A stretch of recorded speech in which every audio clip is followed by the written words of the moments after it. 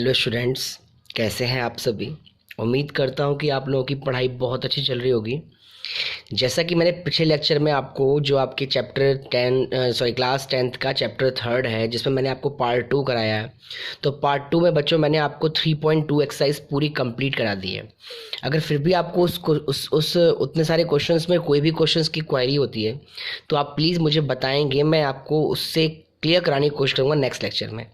आज की क्लास में हमारा टॉपिक होगा 3.3।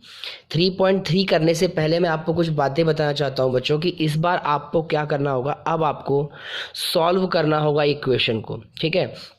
मेरी बात जरा ध्यान से सुनेंगे। इस बार क्वेश्चन में होता है, कहता है कि solve the following pair of linear equation. अब लीनियर इक्वेशन को आपको क्या करना है, सॉल्व करना है। अब ये इक्वेशन को सॉल्व करने का मतलब ये है कि आपको सिंपल सी बातें ये है, फाइंड एक्स एंड वाई। जो भी वैल्यू है, अगर सवाल में एक्स और वाई है तो एक्स और वाई, पी क्यू है तो पी क्यू, टी एस है तो टी एस, जो भी सवाल है। तो मेरी बात ध्यान रखेंगे, इस सवाल को सॉल्व करने के मेथड कितने सारे हैं।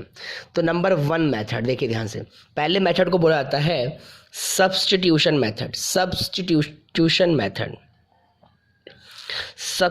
मेथड को हम हिंदी में बच्चों बोलेंगे प्रतिस्थापन विधि। पहला मेथड तो ये है। क्या है, आज हमारी पूरी क्लास इसी बात पर होगी, ठीक है। मेथड पहले मैं आपको समझा दूं, फिर हम आगे नेक्स्ट बढ़ते रहेंगे। दूसरा है आपके पास एलिमिनेशन मेथड। तो ये एलिमिनेशन मेथड भी बता देता हूँ मैं, इसको हिंदी में बोलेंगे विलोपन विधि। ये सारी विधियाँ पढ़नी है। आपके एग्ज़ाम में लिखा आ सकता है कि आपको इस मेथड से सॉल्व करना है, तो फिर आपको करना ही पड़ेगा उस मेथड से।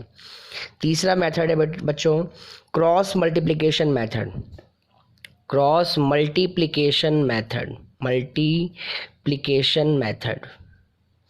तो क्रॉस मल्टीप्लिकेशन मेथड को आप हिंदी में बोलते हो ब्रज गुणनखंड विधि।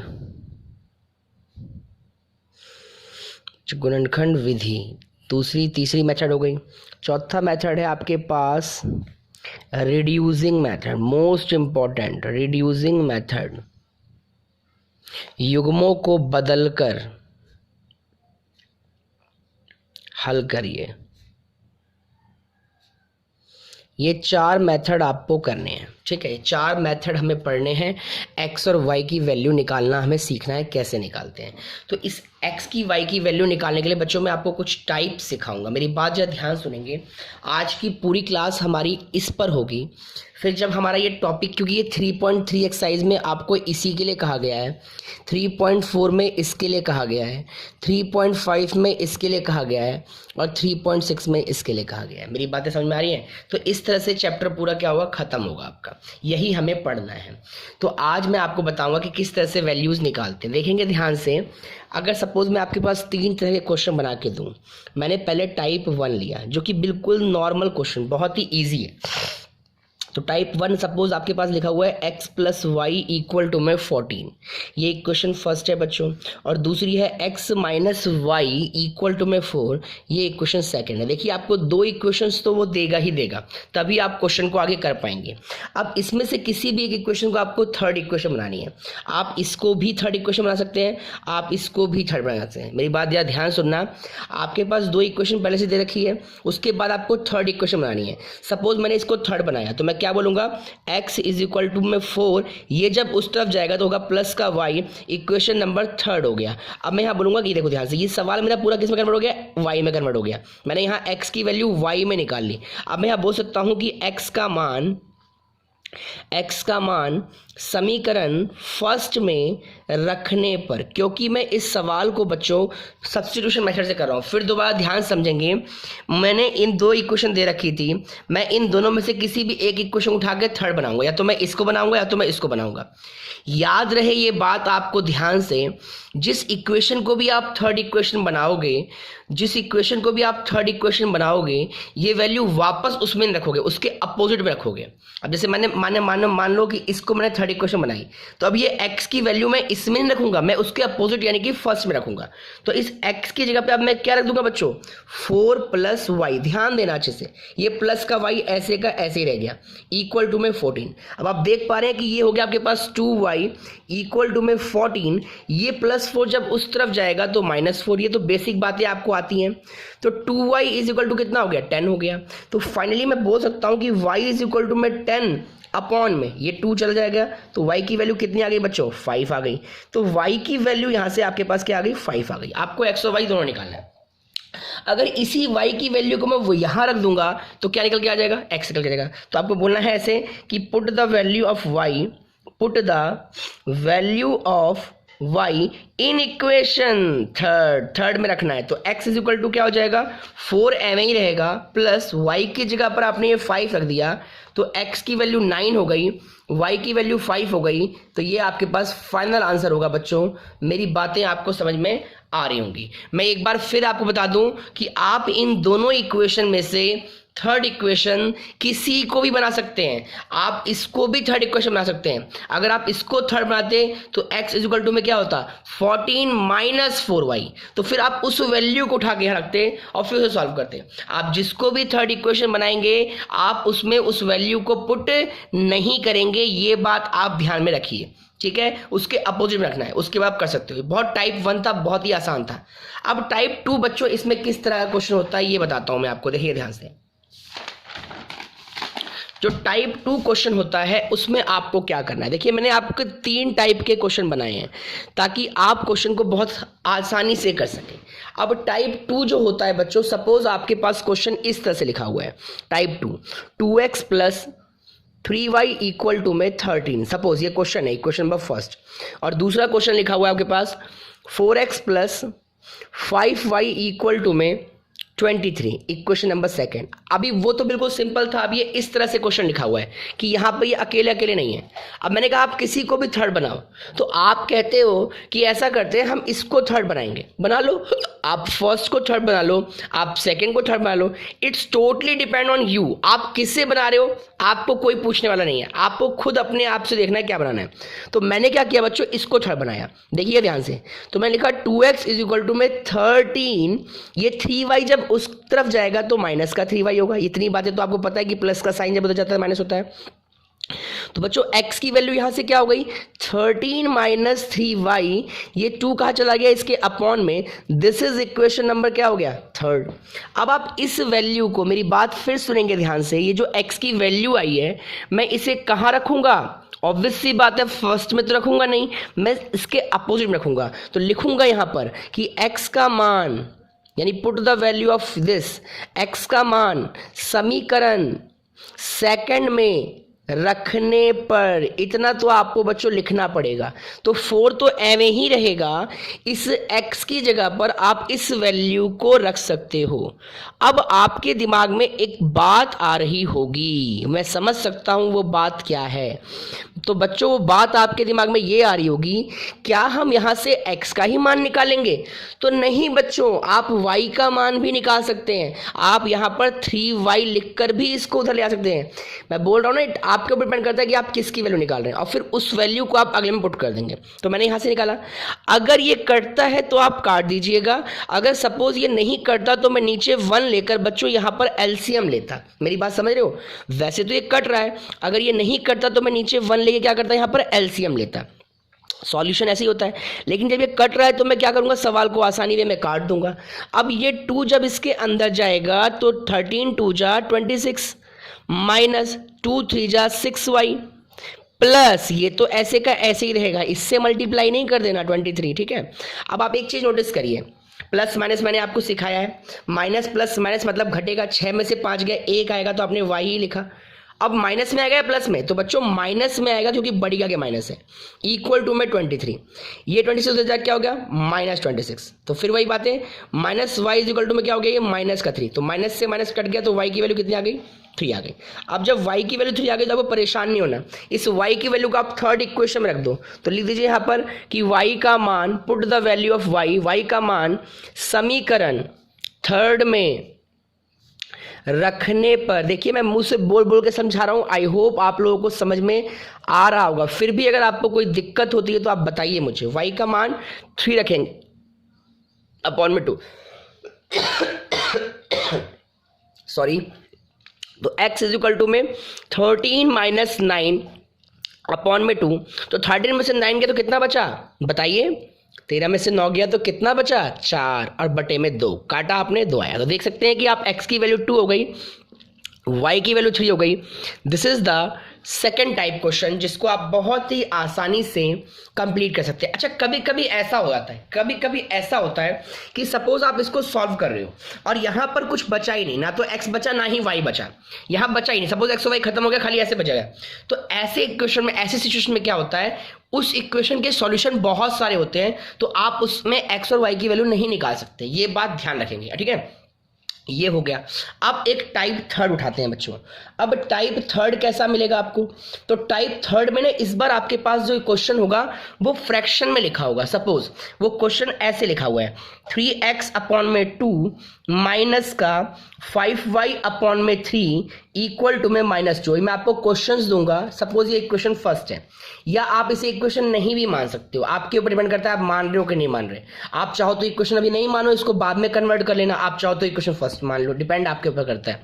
और दूसरा लिखा हुआ है x अपॉन में 3 प्लस y अपॉन में 2 इक्वल टू में 13 अपॉन में 6। अब देखो ध्यान से, मैं इस सवाल को ऐसे तो जनरली सॉल्व नहीं कर सकता, लेकिन यही क्वेश्चन अगर ऐसा लिखा होता तो मैं इसको इजी में सॉल्व कर सकता था। हाँ जी, तो आपने यहाँ नीचे का जब एलसीएम लिया तो एलसीएम में क्या आया, 2 और 3 का एलसीएम कितना आएगा, 6 आएगा। ये बातें तो आपको आती हैं। अब आप कहोगे 2 के टेबल में 6 कितनी बार में आएगा, 3 बार में, तो आप 3 से मल्टीप्लाई करेंगे तो यहाँ हो जाएगा ऊपर 9x। ठीक है भैया, माइनस 3 के टेबल को 6 बनाने के लिए आप यहाँ 2 से मल्टीप्लाई करेंगे तो ऊपर भी 2 से मल्टीप्लाई करेगा, माइनस का 10y इक्वल टू में -2।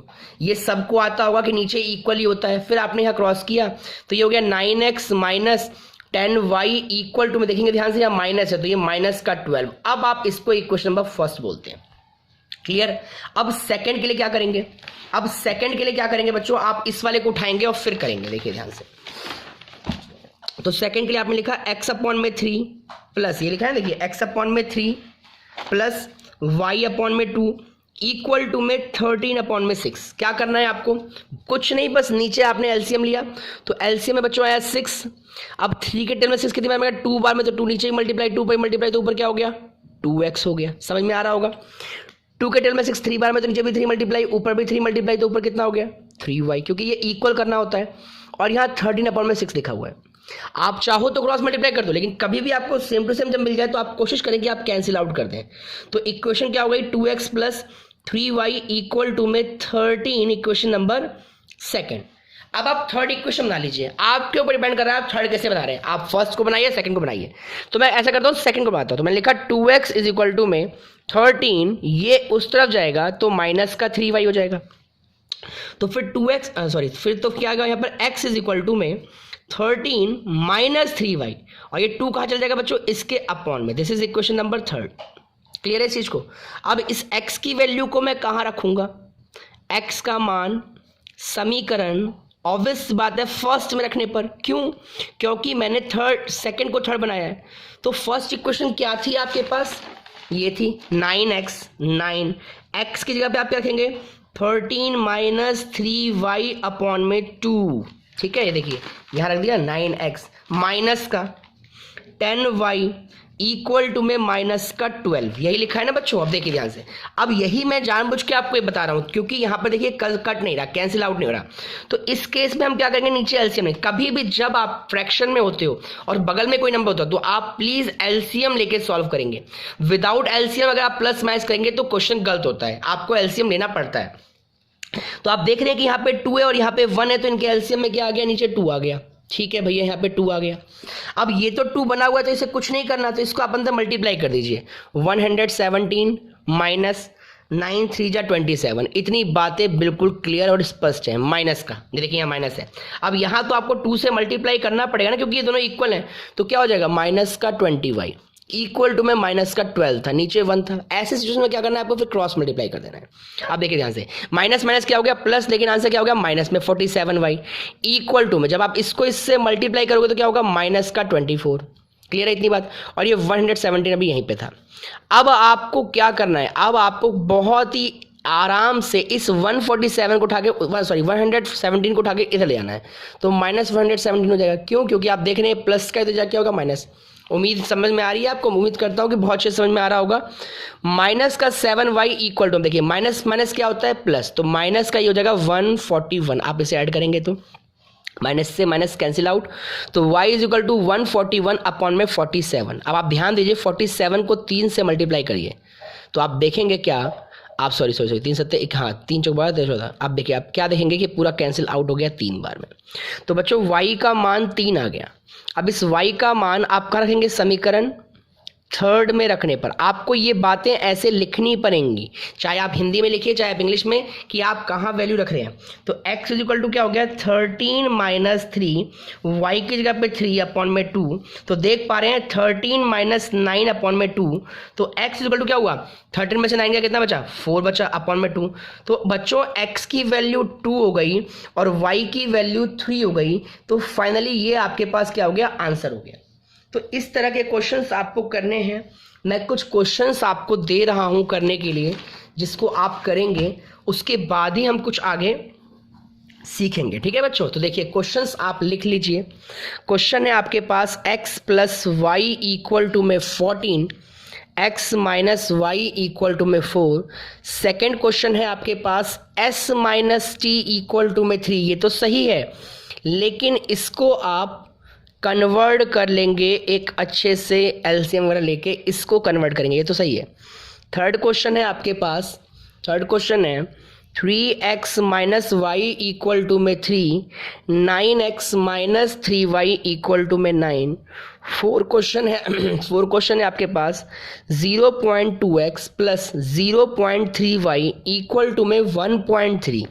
फिर है आपके पास 0.4x plus 0.5y equal to में 2.3। अब देखिए इस पॉइंट से आपको घबराना नहीं है, क्या करना है इसको हल्का सा मैं थोड़ा यहाँ बता दूं आपको।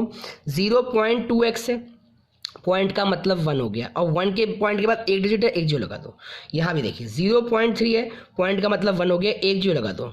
तो यहाँ देखिए 1.3 है, पॉइंट का मतलब 1 है, एक जीरो लगा दो। अब ये क्या हो गया फाइनली, पॉइंट तो हट गया, तो ये हो गया 2x plus 3y equal to में 13, क्योंकि यहाँ पे भी अपॉन में 10 है और यहाँ पे भी अपॉन में 10 है, तो ये कैंसिल आउट हो गया। तो इक्वेशन आपकी ये मानी जाएगी। तो इस तरह से ना आप कन्वर्ट करें ना इक्वेशन को, इन दोनों को। ठीक है, 5 क्वेश्चन क्या है आपके पास, ये रूट देख के भी घबराना नहीं है बच्चों, ये बहुत ही आसान है। आप क्वेश्चन को सॉल्व करके देखिएगा। अगर आपको नहीं आता है कोई क्वेश्चन, मैं बार बार आपको ये बात बोलता हूँ कि आप मुझे क्वेश्चन बता दें कि कौन सा क्वेश्चन आपको नहीं आता है, मैं नेक्स्ट लेक्चर में उस क्वेश्चन को आपको कंप्लीट करा दूंगा।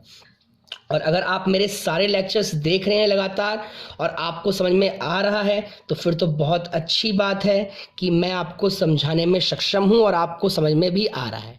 क्लियर इतनी बात। ये 6 क्वेश्चन हो गए बच्चों। मैं आपको और क्वेश्चन दे रहा हूं, ध्यान से नोट करेंगे आप और इन क्वेश्चनों को बनाएंगे। ठीक है, ये सारे क्वेश्चंस आपको करने हैं और इनका आंसर बताना है।